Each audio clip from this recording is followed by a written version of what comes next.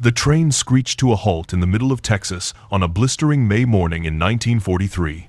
Dust swirled around the carriages, sticking to sweat-slicked uniforms as hundreds of weary German soldiers shuffled onto the platform. They had been captured in North Africa, many from Rommel's once proud Afrika Korps, and had already endured weeks of transport across oceans and railroads. Exhaustion clung to them like another layer of clothing. Their boots were worn thin, their faces gaunt from long rations, their eyes dulled with the disbelief of defeat. They had expected a hard journey, but what awaited them in America was unimaginable. From the very first step onto American soil, the men braced themselves. Nazi propaganda had filled their heads with images of America as a land of chaos and brutality.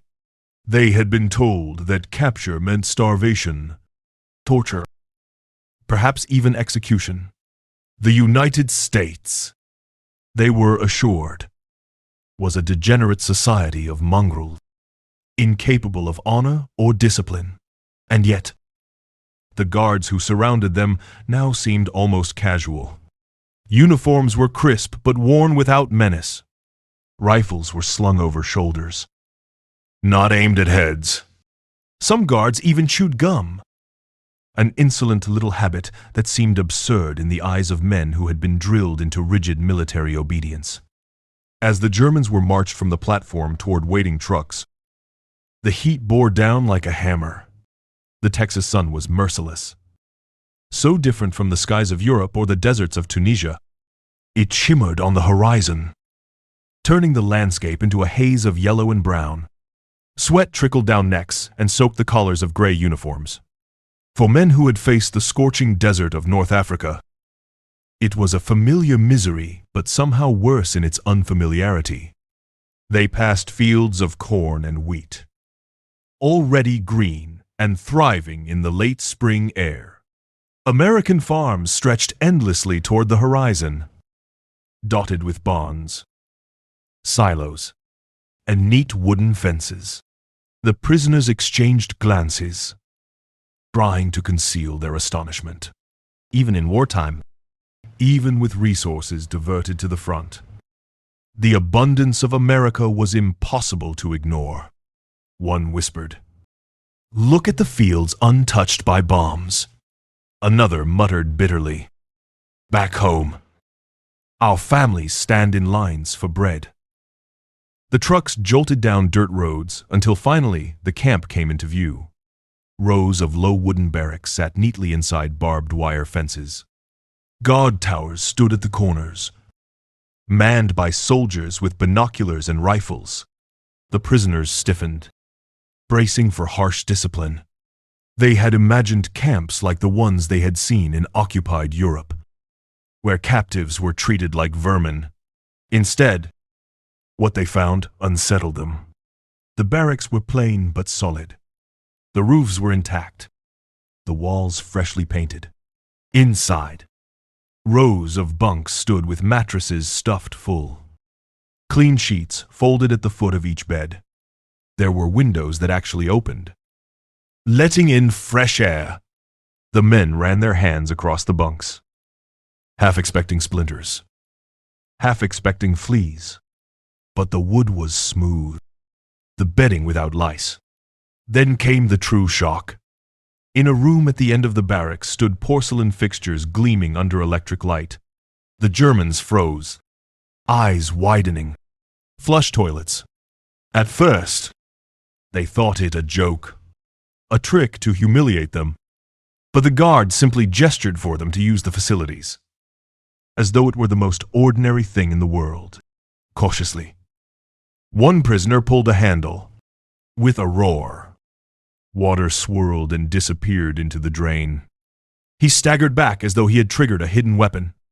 Another leaned forward, touching the cool porcelain, then pulled the lever again. Again, the water flushed, clean and endless. Soon, several men crowded around, testing each toilet, laughing in disbelief, pointing, shouting in astonishment. to men raised in a Germany where half of households still lacked indoor plumbing. The sight was nothing short of miraculous. These were not officers' quarters, not luxury hotels. These were prison barracks, and yet they contained conveniences that many Germans had never seen even in their own homes. Some prisoners flushed again and again, marveling that water could be so abundant it was simply wasted. One dropped a cap into the bowl just to watch it vanish in the swirl, only to be scolded by a guard. Another laughed so hard he nearly cried, muttering in disbelief, "We have lost the war not because of tanks or planes, but because of this." The guards watched with bemused amusement. To them, toilets were ordinary.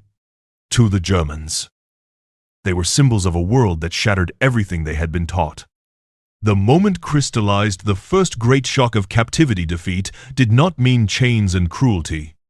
It meant encountering an America far stronger, wealthier, and more advanced in its everyday life than the propaganda had ever admitted. In that swirl of water, in the porcelain gleam of a flush toilet, the German prisoners glimpsed a truth more devastating than any battlefield loss. The enemy's power lay not only in weapons, but in the quiet comforts of ordinary civilization. That first day in Texas, as the sun sank and the prisoners settled uneasily onto their bunks, one thought echoed among them. If this is captivity, what must freedom in America look like? Why America chose humane captivity?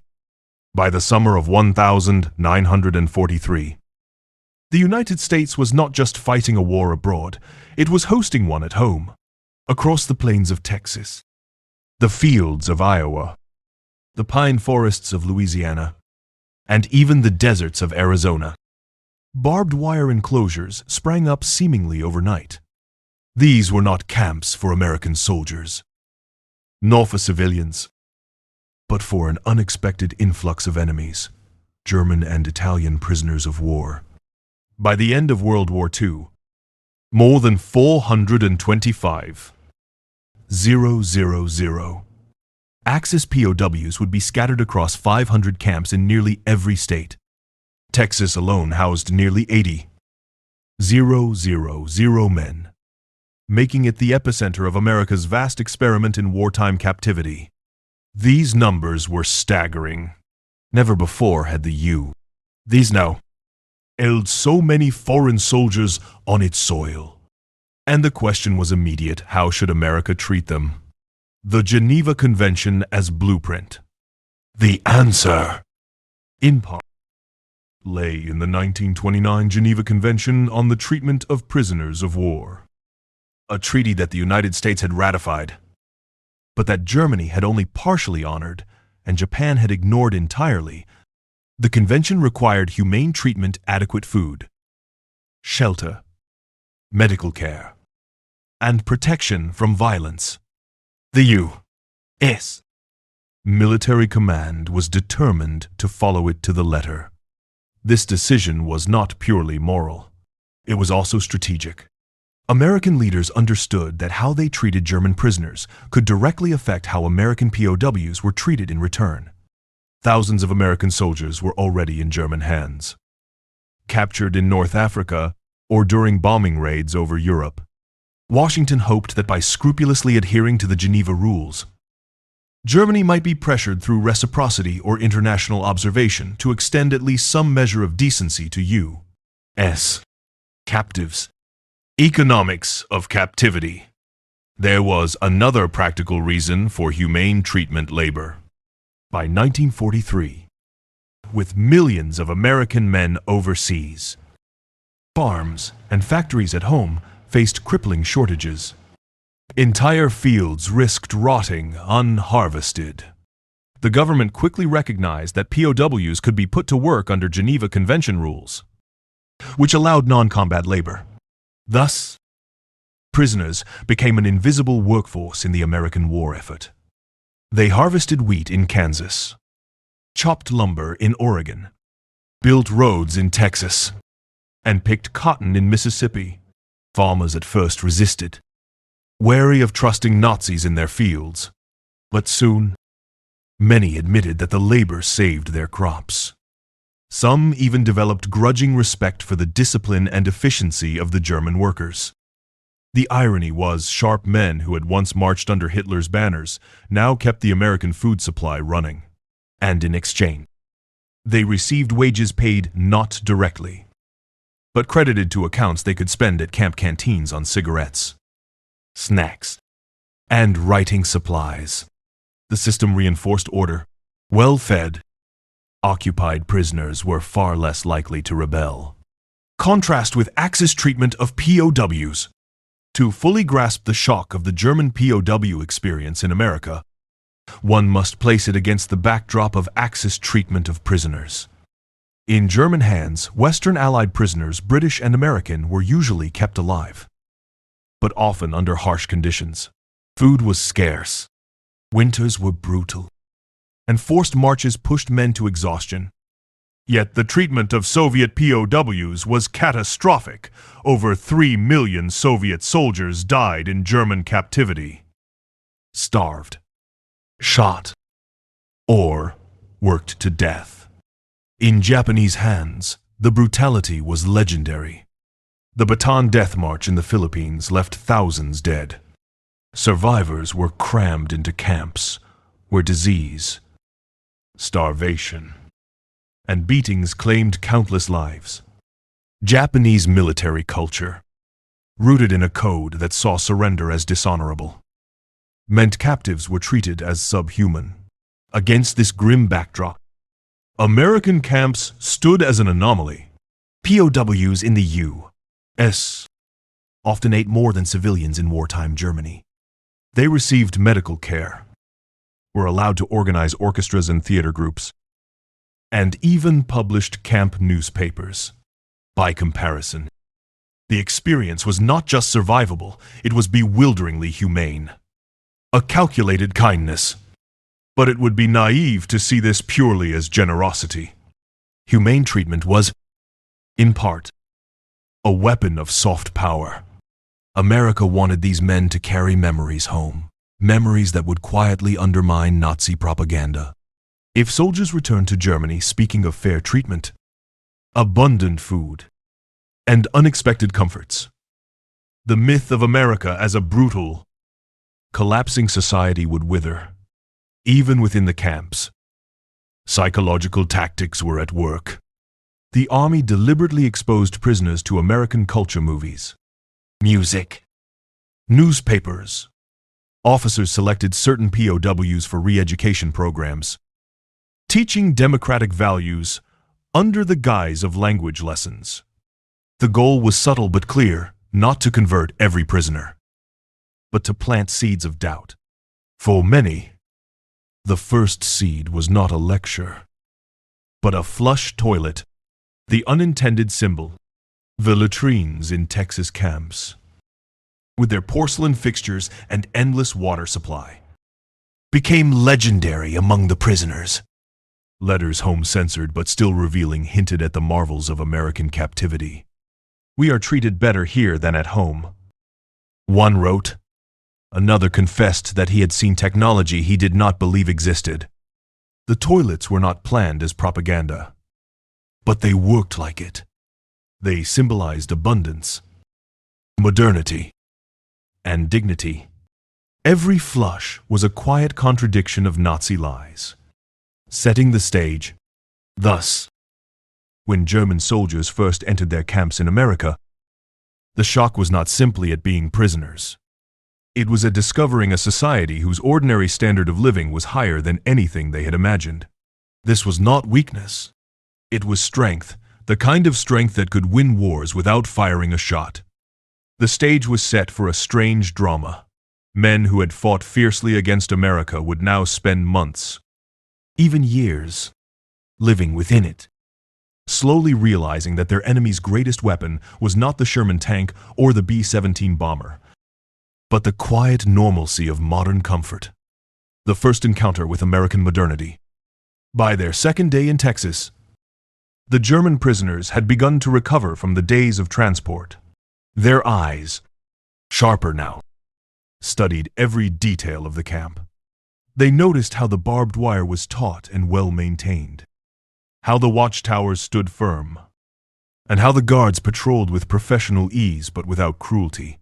Everything was orderly, efficient, and, most disorienting, civilized. But the barracks themselves delivered the greatest blows to their expectations. The first shock, as we saw, had been the flush toilets. Porcelain thrones gleaming under electric light. Yet those were only the beginning. Hot showers and endless water. Most of these men had grown up in small German towns or rural villages where bathing meant hauling buckets of water and heating them over a stove. Here, they were led to shower rooms where hot water cascaded at the turn of a knob. They stood under the streams with childlike wonder.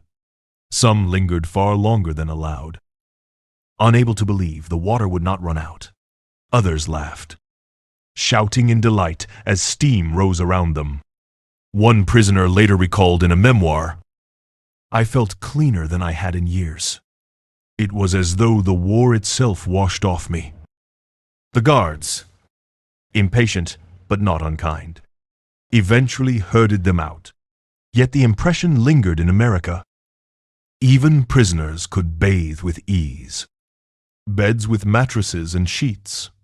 In Germany, military barracks were often equipped with straw sacks, thin blankets, and hard wooden planks. Civilian homes, battered by rationing and shortages, offered little better.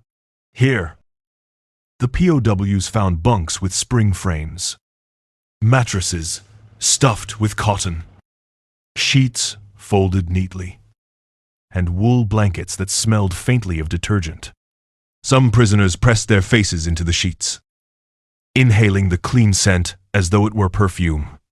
Others tested the bounce of the mattresses, grinning like boys. For men accustomed to lice-ridden bedding, this was luxury, bordering on decadence. Electric lights. Nightfall brought yet another marvel, the flick of a switch. Overhead bulbs glowed instantly, flooding the barracks with light. Gas lamps or candles were common in rural Germany, and electricity, when available, was often rationed. Here, light seemed infinite, summoned at will. For some prisoners, the sight carried darker reflections. One whispered bitterly, "We fight for a Reich that promises greatness." Yet here in America, even the lamps are more powerful. Abundant food, but nothing rattled them more than the food. Dinner that first night consisted of meatloaf, potatoes, vegetables, bread with butter, and coffee. The portions were generous, far larger than what their families back home were surviving on under Allied bombing and strict rationing. The prisoners ate in stunned silence at first. Then, with ravenous hunger, some stuffed bread into their pockets, unable to believe such abundance would continue. When the guards noticed, they didn't punish them. They simply smiled and reassured them that more food would come tomorrow. It did, day after day. The POWs received balanced meals, including items scarce in Germany: oranges, milk, even chocolate on occasion, for men who had watched their children go hungry during wartime shortages. This was an unspoken humiliation. The Reich had demanded loyalty, sacrifice, and suffering. The enemy offered sausage and butter, the ordinary miracle. What struck the Germans hardest was not any single luxury, but the realization that these comforts were ordinary for Americans. Flush toilets, hot showers, mattress, electricity, and abundant food were not reserved for generals or the wealthy. They were standard, even for captives. One prisoner muttered, almost in awe, "If this is how they treat prisoners, how do they treat their own people?" The thought was devastating. Nazi propaganda had painted America as corrupt, decadent, collapsing under the weight of racial mixing and capitalist greed. Yet here was a society where even prisoners of war lived better than many free Germans. Camp humor and absurdities. Of course. There was also humor. The toilets became a running joke among the men. They competed to see who could flush the most times before being chased out. One daring soldier placed a frog in the bowl, only to howl with laughter as it disappeared in the swirl. Guards scolded them, shaking their heads but hiding grins. Camp newspapers, written by the prisoners themselves with permission from American officers, published cartoons of men bowing reverently to toilets or saluting showers. Humor softened the shock, but beneath it lay an uneasy truth they had been lied to. Letters home, censored though they were. Letters written by POWs hinted at their bewilderment. "We are treated fairly here." One wrote, "The food is plentiful. Do not worry." Another confessed cryptically, "I have seen things I cannot explain. America is not what we were told." These fragments, read by families back home, stirred confusion and sometimes disbelief. Could it be true that prisoners lived better than civilians in the Reich, for wives and parents struggling on thin rations? The irony was painful. A quiet weapon, unintentionally. The camp itself became a weapon of psychological warfare. Every flush, every hot shower, every full stomach chipped away at the image of America as a crumbling, weak enemy. Without lectures or leaflets, the United States was teaching a powerful lesson. Strength lay not just in tanks and planes, but in the quiet dignity of ordinary life. The greater realization. For the prisoners, the shock of modernity carried mixed emotions. Some felt admiration, others resentment. Hardline Nazis insisted it was a trick, a temporary illusion meant to seduce them. But many could not deny what their senses told them. And so, the greatest humiliation of all was not that they had been captured. It was that they had discovered the enemy's true power, and it was built not on fear, but on comfort. As one prisoner later said, "We had believed ourselves the masters of Europe. But in Texas, I learned we were peasants, and the Americans were living already in the future." When comfort became a weapon, at first, the prisoners dismissed their astonishment as mere novelty. Flush toilets, hot showers, full meals, surely it was all temporary. Surely the Americans would soon reveal harsher intentions. But weeks passed, then months, and the comforts did not fade. If anything, the routine of abundance became more unsettling than cruelty could have been. Divisions within the camp. Not all prisoners reacted the same way. Among them were hardened Nazis, men who clung desperately to ideology like armor. To them, the toilets and showers were not miracles, but tricks bait laid out by a cunning enemy. In whispered gatherings after lights out, they urged others not to be fooled.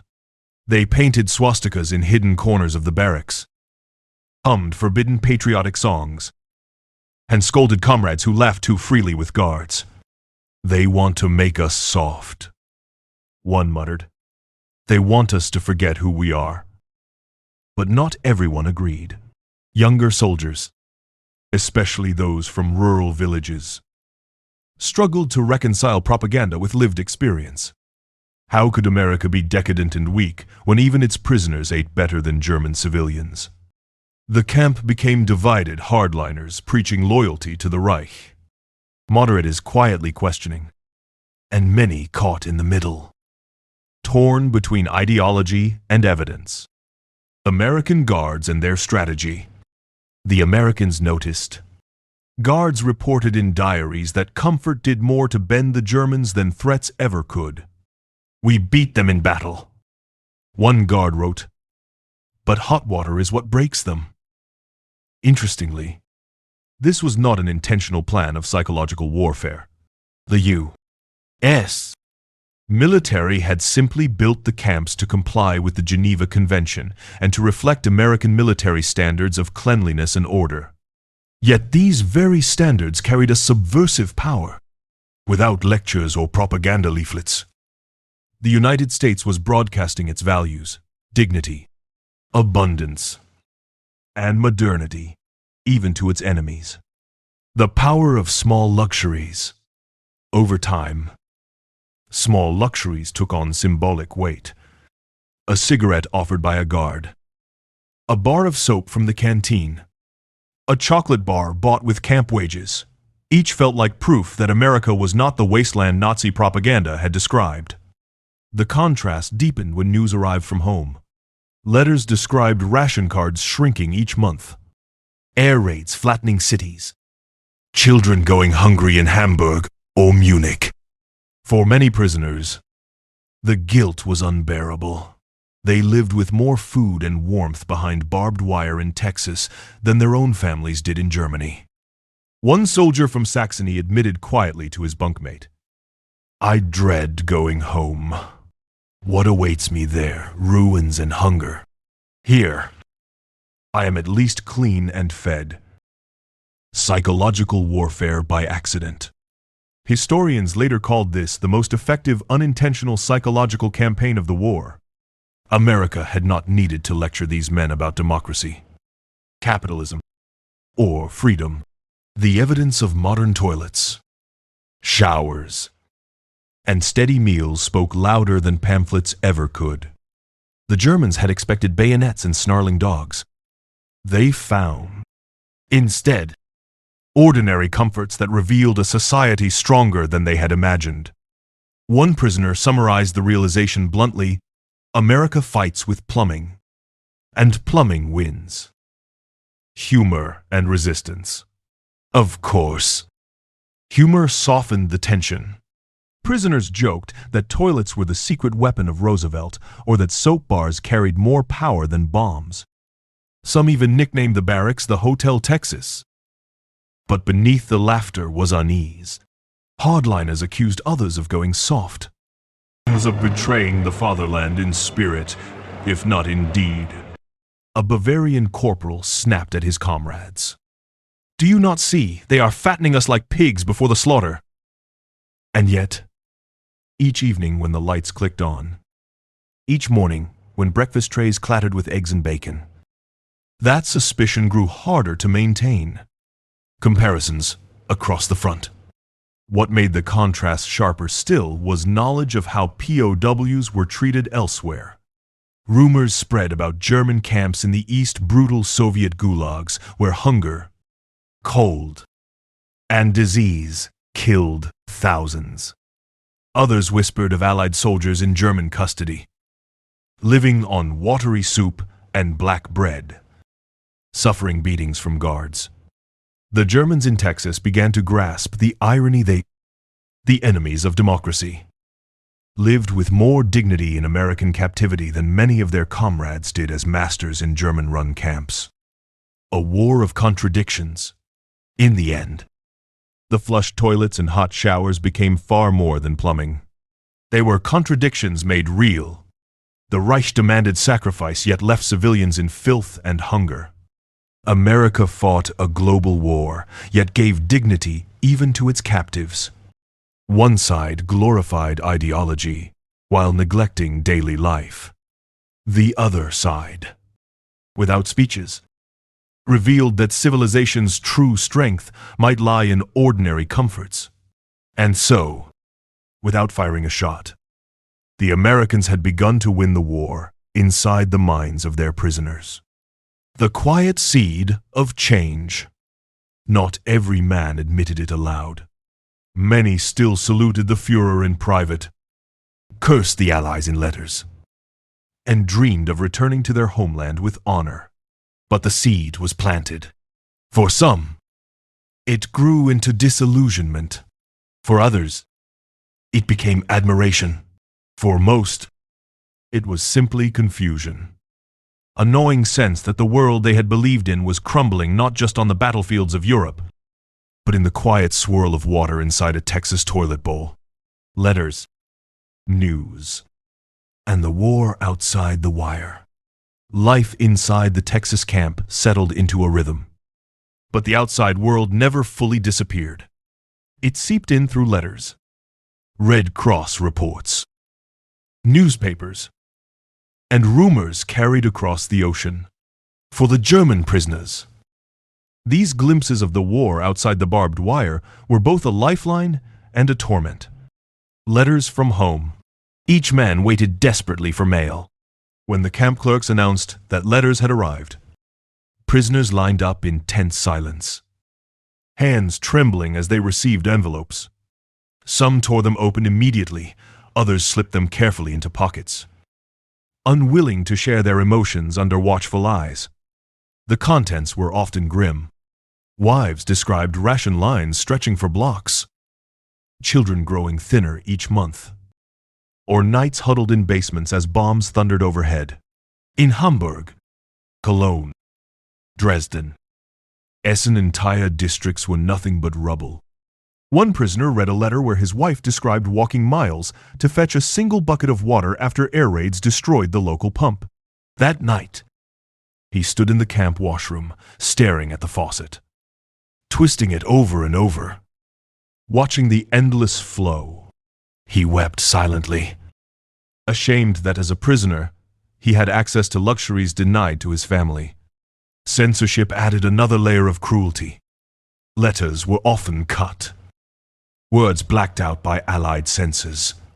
Men could see fragments: the children, hungry, no coal this winter, but not the full story. The gaps only deepened their unease. Newspapers and propaganda. The camp library stocked German-language newspapers, most provided by the WWII Office of War Information. They were carefully curated enough real news to be credible, but slanted toward Allied victories. At first, many dismissed them as propaganda, but soon, reports of battles began to match what they heard in censored letters. Mentions of Stalingrad, the collapse in North Africa, the bombings of Hamburg and Berlin, these were facts too big to ignore. Prisoners gathered in corners to argue over every article. Some insisted the Americans exaggerated their victories. Others whispered that the Reich was lying to its own people, hiding disaster behind grand speeches. The contrast between their daily comforts in Texas and the suffering described in the news grew sharper each week. For some, it was unbearable. Red Cross visits.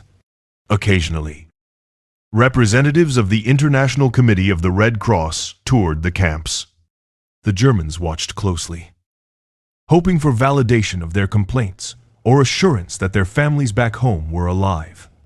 But the Red Cross inspectors often praised the Americans for their treatment of prisoners.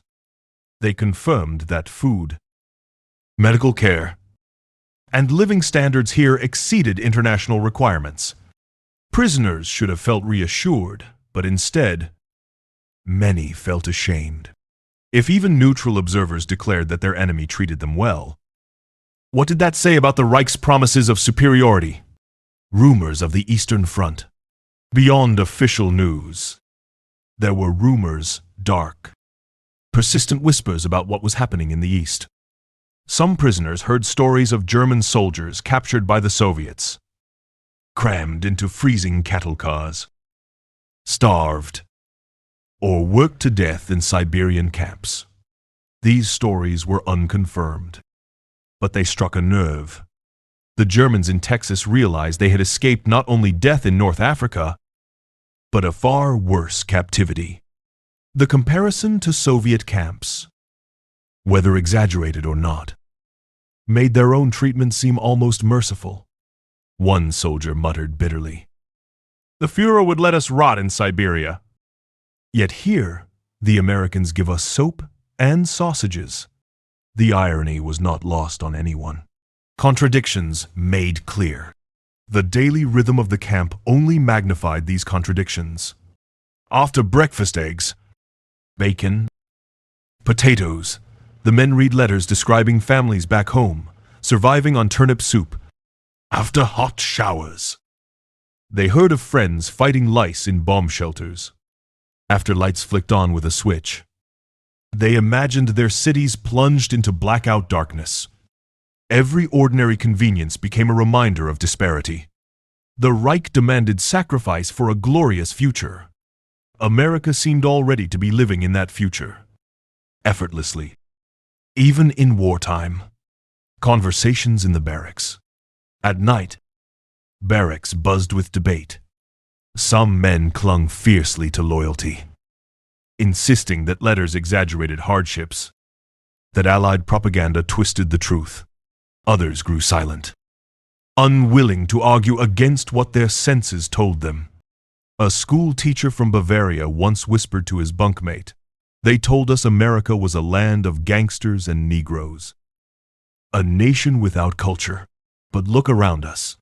They live better than kings. Even their prisoners." His words spread like a spark, repeated in hushed tones across the camp. News of defeat. By 1944, the tide of war was undeniable. News trickled in about the Allied landings in Italy. Then Normandy. German cities fell one by one under relentless bombing. Stalingrad became a symbol of catastrophe. Prisoners gathered around radios during permitted broadcasts, their faces pale as they realized the Reich was crumbling. For some, hope of returning home as conquering heroes died in those moments. One man put it simply, "We are not prisoners of war. We are prisoners of history." The war inside their minds. Thus, the war outside the barbed wire was mirrored by a war within. Loyalty to the Reich battled against undeniable reality. Propaganda fought against the sight of steaming showers and full mess trays. For many, the greatest torment was not captivity, but contradiction. They had been raised to believe in German superiority. Yet the more they read, the more they ate, the more they bathed, the more that belief unraveled. And so, each letter, each newspaper, each rumor from the front sharpened the wound. Captivity had given them more than chains. It had given them knowledge, and knowledge was the most dangerous weapon of all. Climax. The collapse of certainty. By late 1944, the illusion could no longer hold. The Reich, once declared invincible, was in retreat on every front. And in Texas, the prisoners of war, isolated yet strangely well cared for, felt their inner world collapsing as surely as German cities crumbled under Allied bombs. Stubborn faith. A small but dangerous minority clung desperately to the old faith. These were the hardliners. Men who wore their loyalty like armor against humiliation. They decorated their bunks with makeshift swastikas drawn on scraps of paper, muttered Heil Hitler under their breath, and denounced anyone who spoke kindly of the Americans. They organized secret courts within the barracks, accusing fellow prisoners of defeatism. Sometimes, these trials turned violent. One incident ended in tragedy. A young soldier, accused of treason simply for admitting he liked the camp food, was beaten nearly to death by fanatics. The Americans intervened, separating the most zealous Nazis into special compounds. But their fury could not stem the tide. Every newspaper, every letter, every broadcast chipped away at the Reich Smith. The Hotel Texas reality. For the moderates and skeptics, the evidence was overwhelming. Each day, they rose from clean sheets, used toilets that flushed without fail, ate breakfasts richer than anything their families now saw at home, and read news of Germany's decline. The Americans had not needed to humiliate them with beatings or starvation. On the contrary, the humiliation was deeper because it was wrapped in dignity. To be treated better as an enemy captive than as a loyal citizen of the Reich, that realization cut sharper than whips. One prisoner wrote in his diary, "If this is defeat, Then what was our victory in Poland? In France, empty triumphs. We conquered cities, yet we cannot conquer the future. The future belongs to those who can build toilets that flush. It was crude, almost laughable, but it captured the raw truth. Collapse of propaganda. The Nazi narrative unraveled piece by piece. America is weak, yet here stood barracks sturdier than many German homes. Stocked with food despite fighting a global war. The Allies are brutal, yet gods treated prisoners with fairness. Sometimes even with humor. The Reich is strong, yet letters spoke of ruins, hunger, and endless funeral. Some prisoners tried to hold both worlds in their heads, excusing contradictions, but others could not. Slowly, conversations shifted from denial to bitter acknowledgement. Perhaps, one man admitted in a hushed voice, "We are not the master race after all." The silent shame. For many, the greatest burden was shame. They pictured wives cooking watery cabbage soup while they tased and, behind enemy wire, enjoyed beef stew and coffee. They imagined children huddled in bomb shelters as they warmed themselves by camp heaters. One man confessed to his friend, "I pray for the war to end. Not so I can go home, but so that my family might live as I live here, even as a prisoner." That was the ultimate collapse, not just of ideology, but of certainty itself, the human shift. By the final winter of the war, the tone of the camp had changed. Fewer men saluted secretly, fewer repeated slogans. Instead, they spoke of farming, carpentry, music, books of life beyond Hitler. The guards noticed. They reported that hostility was softening, replaced by weary curiosity. Some prisoners even asked for English lessons, hoping to understand their captors better. It was not conversion. It was not sudden admiration for democracy or capitalism. It was something quieter, more human, a recognition that the world was larger than the Reich had ever allowed them to see. The collapse of certainty. In the end, the collapse did not come with a dramatic speech or sudden revelation. It came in whispers, in silence, in the slow erosion of belief, in the sigh of a man reading of Dresden in flames while eating cornbread in Texas, in the guilty laughter over toilets that still seemed magical, in the hesitant words of a soldier who dared to say America was not as decadent as he had been told. Certainty died not with a bang, but with the flush of a toilet, the warmth of a shower, the weight of a letter from home. By spring of 1945, when Germany finally surrendered, many prisoners no longer thought of themselves as victors temporarily detained.